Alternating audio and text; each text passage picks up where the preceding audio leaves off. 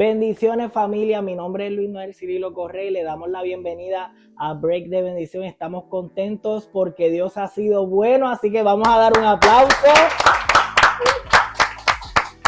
Hoy tenemos casa llena y estamos contentos porque hoy tenemos una conversación diferente y me siento honrado de poder tener en medio de nosotros a un pastor, a un amigo y supervisor de la Iglesia Universal de Jesucristo en el país de Colombia. Y conmigo se encuentra Pastor Fabio Sastre. Un saludo y un aplauso. Gracias, Pastor. Qué bueno tenerle con nosotros. Para mí un placer, así que bendiciones para todos los que nos escuchan y a todos. Muchas gracias por el honor que me hacen a la juventud de Jericí en Puerto Rico. Me siento honrado, me siento satisfecho de ver cómo Dios está obrando a través de tiempos, de conexiones, eso es muy especial. Este año estamos hablando de tiempo de conexión, así que vamos a continuar. Muchas gracias por la invitación, saludos a todos ustedes allá, los que nos están escuchando, y tiempo de conexión. Hablando de esa palabra conexión, a veces en el área ministerial estamos enfocados, pero a veces nos desconocemos entre hermanos. Y yo quisiera que usted pudiera comentarnos en 3 palabras cómo usted se describe. Yo me describo bendecido, victorioso y dispuesto para seguir adelante. Yo creo que son cosas que debemos de emular todos, porque para Dios siempre hay que estar dispuesto y disponible. Pastor, ¿qué son esas cosas que usted realiza que son privadas, que usted disfruta como pastor, pero como ser humano? Si hay algo que usted disfrute como persona hacer en lo privado, con su familia. Con mi familia amarlos y guiarlos a que sigan adelante. Tanto mis hijos como mis yernos, mis nueras y mis nietos que tanto aprecio, y mi esposa también. En cuanto a lo otro, personal, en lo mío personal, tengo un hábito muy importante que aprendí cuando, después de que tuve la situación, un percance con mi mamá, el error que cometió ella, pero cuando el Señor me llamó a perdonar, me siento satisfecho poder perdonar, y para mí es fácil perdonar. Quiero entrar en ese tema, porque yo que tengo la oportunidad de poder conocerlo desde pequeño, que llevo en estos asuntos, pues siempre se hablaba de usted. Nunca yo imaginé tener este privilegio y este honor de poder estar sentado junto con usted y todas las personas que nos ven, y creo que ese testimonio, como yo le mencioné de manera privada, tiene que trascender, porque hay vidas y hay personas que han tenido situaciones similares a la de usted, que tal vez se sienten incomprendidas y que entienden que no hay una solución, pero además de usted ser un siervo de la obra del Señor, ha alcanzado mucho y ha logrado para su Dios todo lo que usted se ha propuesto y los planes que Dios ha tenido para usted. Yo quisiera que pudiéramos entrar en ese tema de su niñez. ¿Cómo fue la niñez de Fabio Sastre? Wow, Jericí, mi hermano, presidente, es un poquito complicado, complejo, pero eso ya pasó y no es fácil, pero voy a descifrarlo rápidamente. Una de las situaciones más adversas es cuando hay hogares que son distintos, no se comprenden. En ese entonces eso es como una escalera. La escalera mía fue que mi bisabuela trataba mal a mi bisabuelo, y entonces mi abuelo trataba mal a mi abuela, y entonces en ese tramo de tratar mal, entonces mi mamá decía, el día que mi esposo me trate mal de cosa, pues yo lo mato. Y fue la palabra más tremenda. Y recuerde que las palabras tienen un poder tremendo. Wow. Y así fue que yo perdí a mi papá y mi mamá cuando ellos me dejaron solo al año y medio, y luego a los 7 años, cuando yo estaba estudiando, fue cuando mi mamá le quitó la vida a mi papá. Y entonces eso fue fuerte para mí. Empecé a sufrir el bullying, en ese entonces el bullying de los mismos 40, 50 muchachos que estaban en la escuela, y nunca me dejaron jugar. Fue difícil. Entonces abandoné la escuela a los 3 años, ¿no? Solamente 3 años de primaria nada más. Y ahí dije, no aguanto más la presión, porque siempre que iba a jugar siempre me decían, ese es el hijo de la rea, no lo dejamos jugar porque es hijo de la rea, no puede jugar. Entonces creció un odio con la gente que estaba en mi entorno y también con mi mamá, un odio feroz. Entonces eso fue algo bien difícil, pero a través del tiempo la Biblia dice que aunque tu padre y tu madre te dejaren, con todo Jehová te recogerá. Amén. Pero también dice el libro de los Salmos, voy a cumplir el propósito que tengo contigo. O sea, que el propósito se cumple al pie de la letra, así lo quiere evadir, o otras personas lo quieran desconectar del propósito de Dios. A la vuelta de los años, Dios conecta esa situación como lo hizo conmigo. En el año yo me casé, busqué muchas soluciones para calmar ese odio y esas cosas. Probé pues la marihuana, probé el alcohol, me intenté quitar la vida también con un veneno para ratas.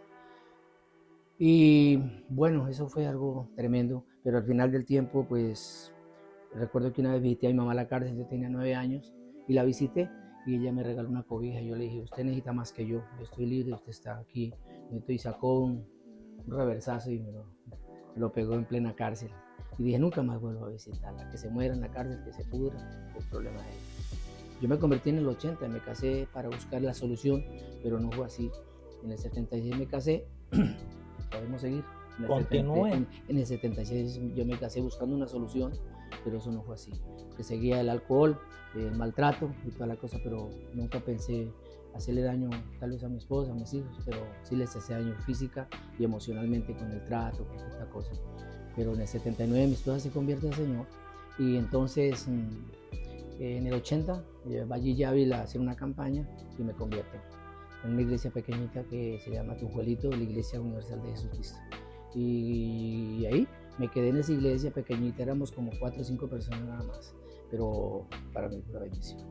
Entonces ahí pasó el tiempo, a los 6 meses me mandé a bautizar, me corté el pelo porque yo pues, tenía el pelo largo, practiqué también el asunto de hippie y todos los viernes iba a echar mi cachito y tremenda la situación con los muchachos, esta cosa, pero cuando llegó mi esposa pues cambió la situación de mi noviazgo, me casé y después de que me casé pues siguieron los problemas y en el 80 yo me convierto al Señor y a los 6 meses yo me bautizo y luego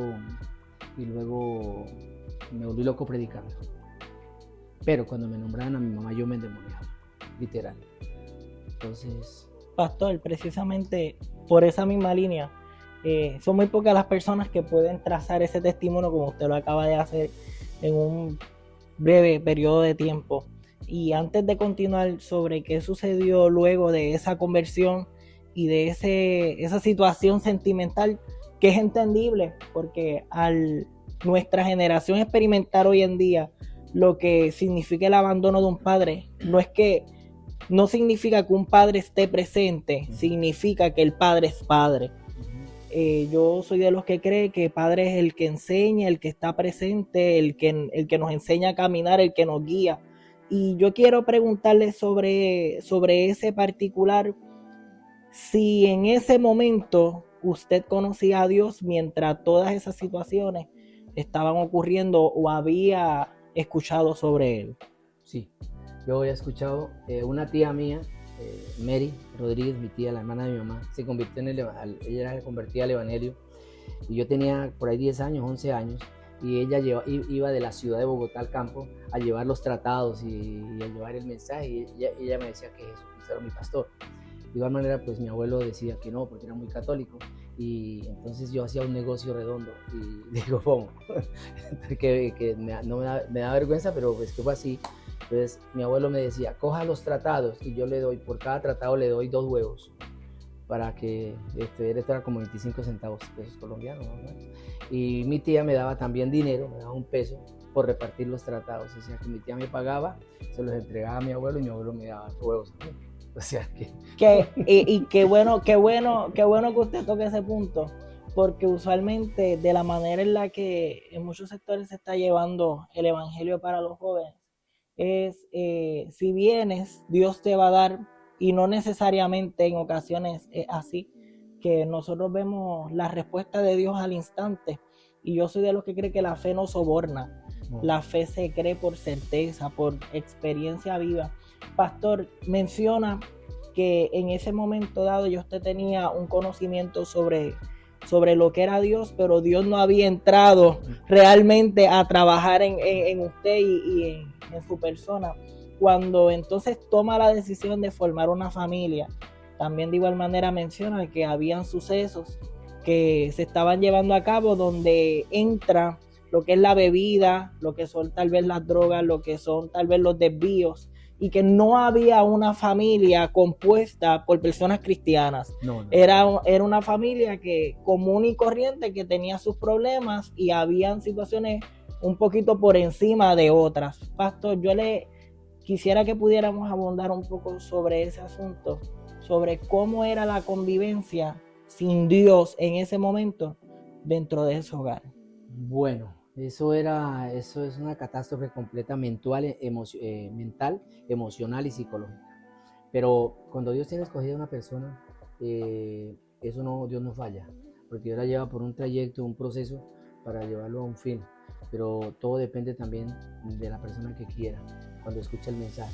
Para mí quedó grabado eso que se llama: el Señor es mi pastor y nada me faltará.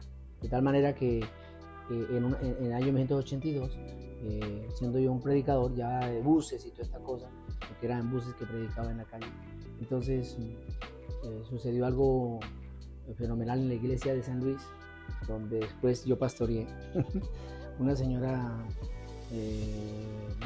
predicadora de la palabra, se me fue el nombre ahora, bueno, llegó a predicar y predicó sobre el endemoniado de Gadara. Y vaya y cuéntale, vaya y cuéntale a los tuyos cuán grandes cosas hace Dios contigo. Y desde allá me señala a esa señora y me dice: vaya a buscar a su mamá y a sus hermanos y lléveles el mensaje de salvación.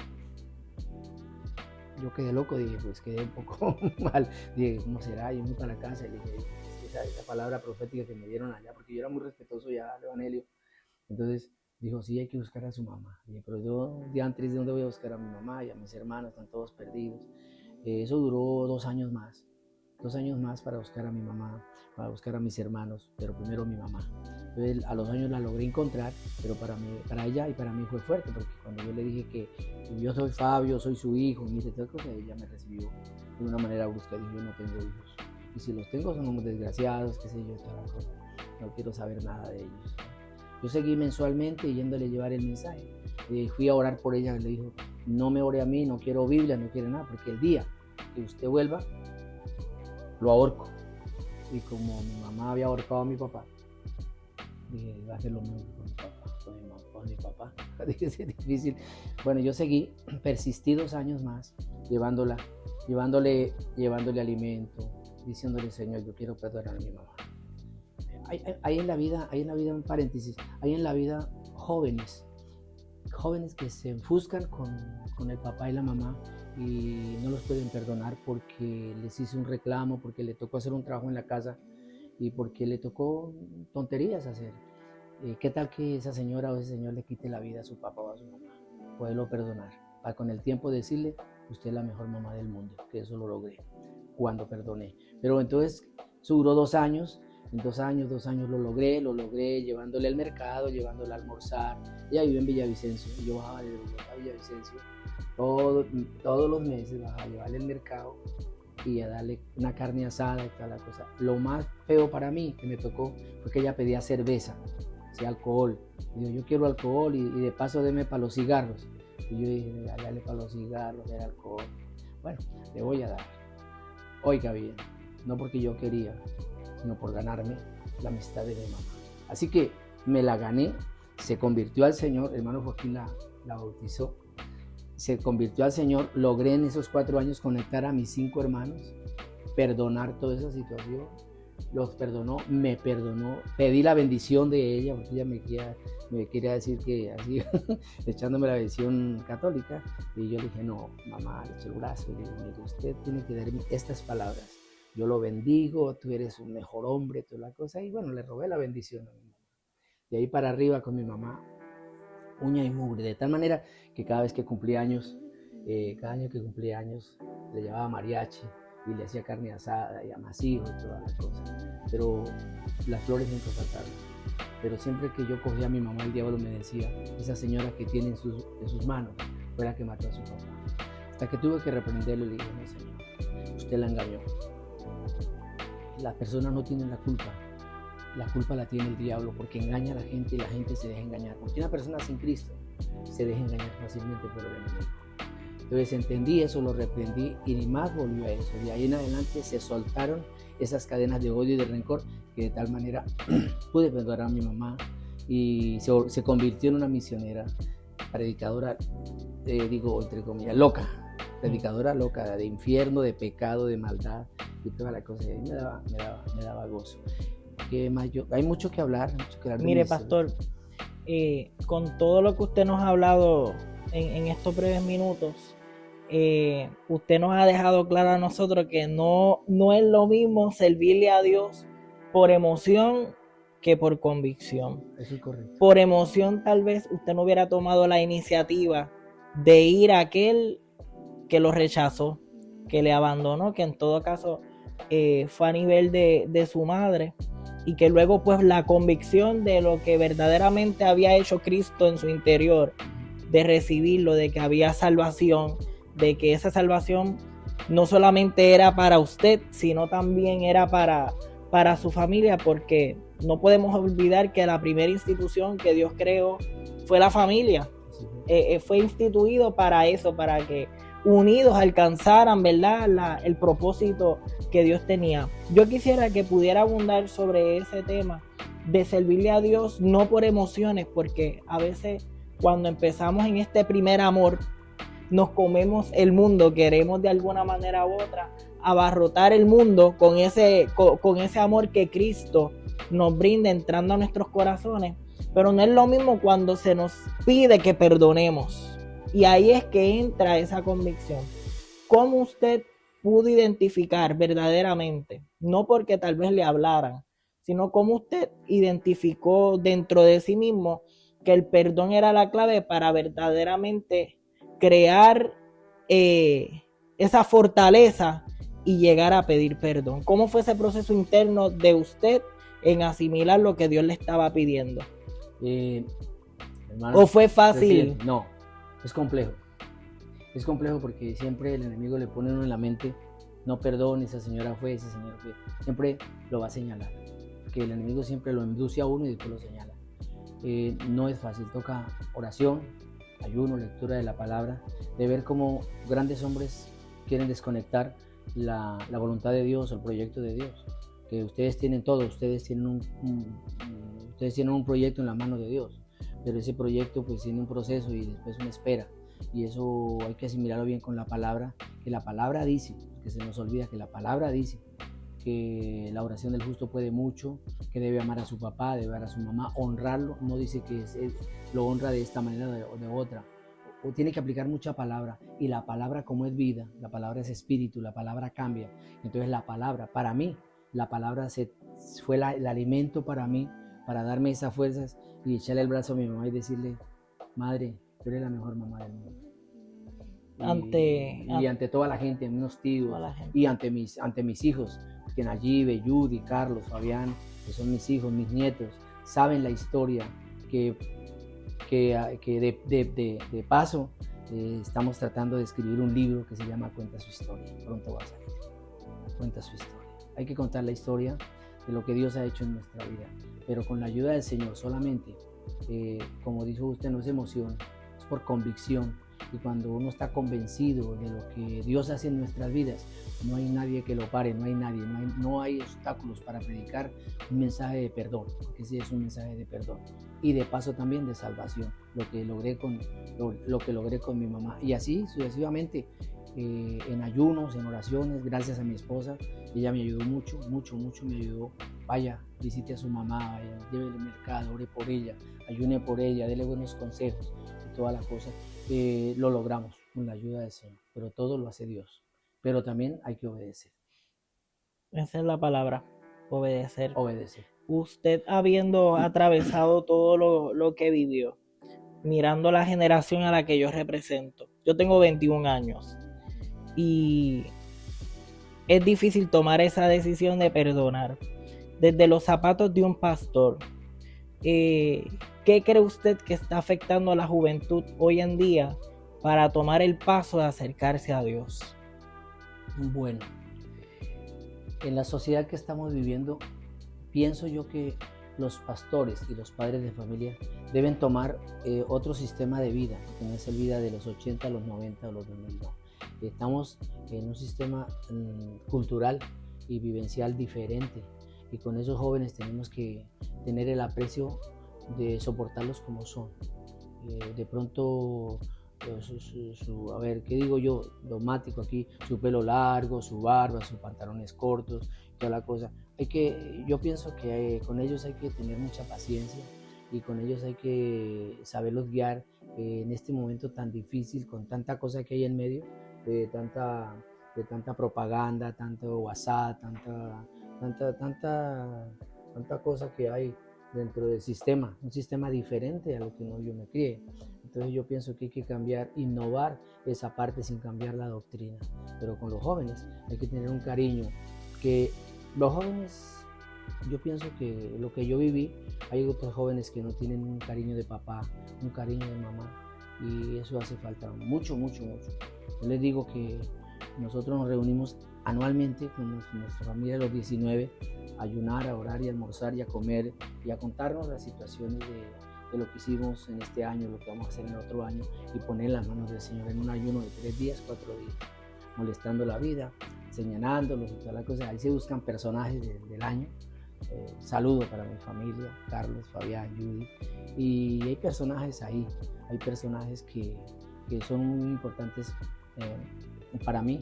Como personaje espiritual sería Marina Rey, y el personaje como de finanzas, de trabajo, Jeffrey.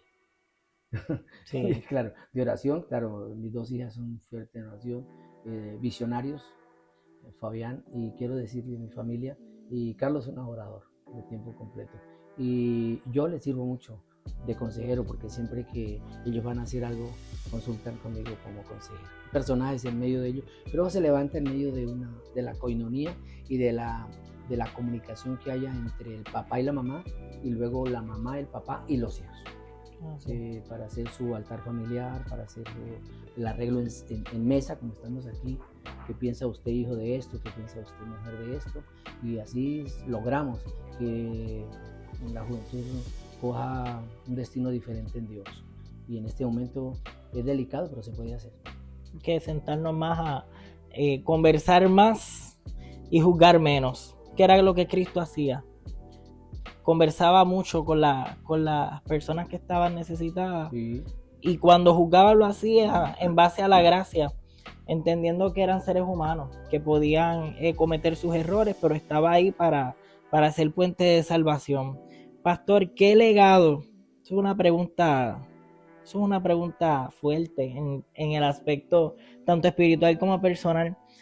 Usted en estos momentos ocupa un rol importante dentro de nuestra iglesia, a nivel, como mencionó ahora, con sus hijos tiene una muy buena relación, con sus nietos.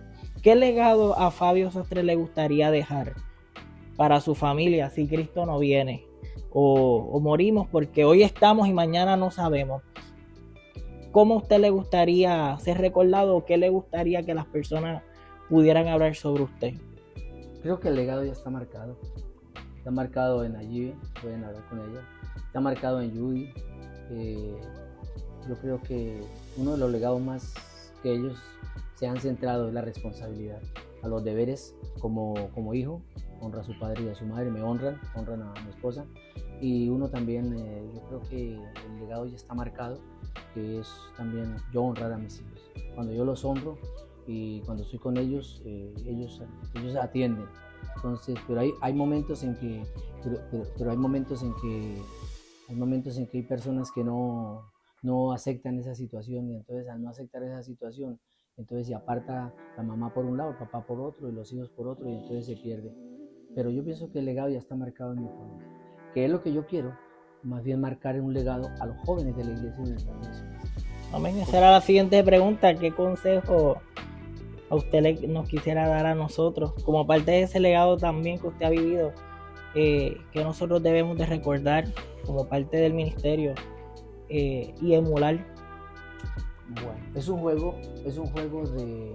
unas alianzas, y esto es un juego de ministerio, y eso comienza primeramente por los padres de familia y luego los pastores, y luego los departamentos. Un departamento de jóvenes pues es muy elegante, pero tiene que los padres estar atentos, y luego los pastores también, y luego también los consejeros que están a su alrededor, y marcarles un derrotero, porque si no se les marca derrotero, pues no van a llegar a ningún sitio, pero se les marca el derrotero. Y para mí el legado que quisiera que los jóvenes de Jericín tuvieran es levantar otros de los que vienen detrás de ustedes. Pero la juventud de ahora tiene que afirmarse en la palabra y afirmarse en la obediencia a sus pastores, a sus padres, para dar un buen ejemplo, para que miren los que vienen de atrás, darles la mano, y nunca como que arrollar a una persona para decirle que no, sino más bien al contrario, traerla, para que cuando usted se vaya de presidente de jóvenes y mañana sea el tesorero de la Junta Nacional o el pastor o qué sé yo, entonces viene otro que viene detrás de usted, que corre para decirle, aquí estoy yo. De esto tenemos que romper unos paradigmas que se llaman roscas. No sé, en Colombia, roscas, solamente usted. Cuando eso hay, eso se vuelve una confusión, y entonces los que están alrededor no crecen. Tiene que dar paso a otras personas que vienen detrás de ustedes, unos jovencitos que por lo menos ustedes los miran tales inquietos, solos, abandonados. Tenemos que darle mucha vista, porque esos jovencitos, jovencitas, probablemente tienen problemas en el hogar, y no es el problema de ella ni de él, es el problema de hogar. Pero también, como dije, juega un papel muy importante el pastor, averiguando qué problemas hay en el hogar para poderles ayudar y poderlos sacar mañana, y sean pastores, sean ministros de la palabra, así como ustedes en esta tarde, y como es usted. Lo admiro. Amén. Siervo inútil soy. Pastor Fabio Sastre, gracias por haber estado con nosotros, ha sido un por placer compartir parte de su testimonio con nuestra audiencia. Son muchas cosas más que nosotros hemos conversado, pero yo creo que es un ejemplo no solamente de admiración, sino de lo que Cristo y su poder pueden hacer. Que luego de pasar múltiples experiencias en su niñez, tanto también en la adolescencia como dentro del núcleo familiar, ha podido salir adelante, llegar a una posición como la que Dios le tiene y ser ejemplo de humildad para cada uno de nosotros. Así que se le agradece mucho que haya podido estar con nosotros para Break de Bendición. Sí, claro que sí. Muchas gracias a todos los oyentes, gracias a ustedes, Jericín, por invitarme. Hoy aquí desde Puerto Rico. Un consejo les voy a dar, que tienen que ustedes reconocer que necesitan del Señor, y Amén, ser perseverantes y ser obedientes a la voz de Dios, y ahí está el logro para usted ser un buen líder mañana. Amén. Porque ustedes fueron diseñados para abrir caminos, para que otros entren por ese camino, de ese reino. Amén. Dios les bendiga. Gracias, pastor. Así que un aplauso. Recuerde, familia, darle like, suscribirse, activar la campanita y compartir este contenido de fe, que sabemos que será para edificación a muchas personas. Así que muchas bendiciones, y hasta aquí Break de Bendición. Nos vemos a la próxima. Jericín los espera. Amén. En Colombia. Claro que sí. Un abrazo.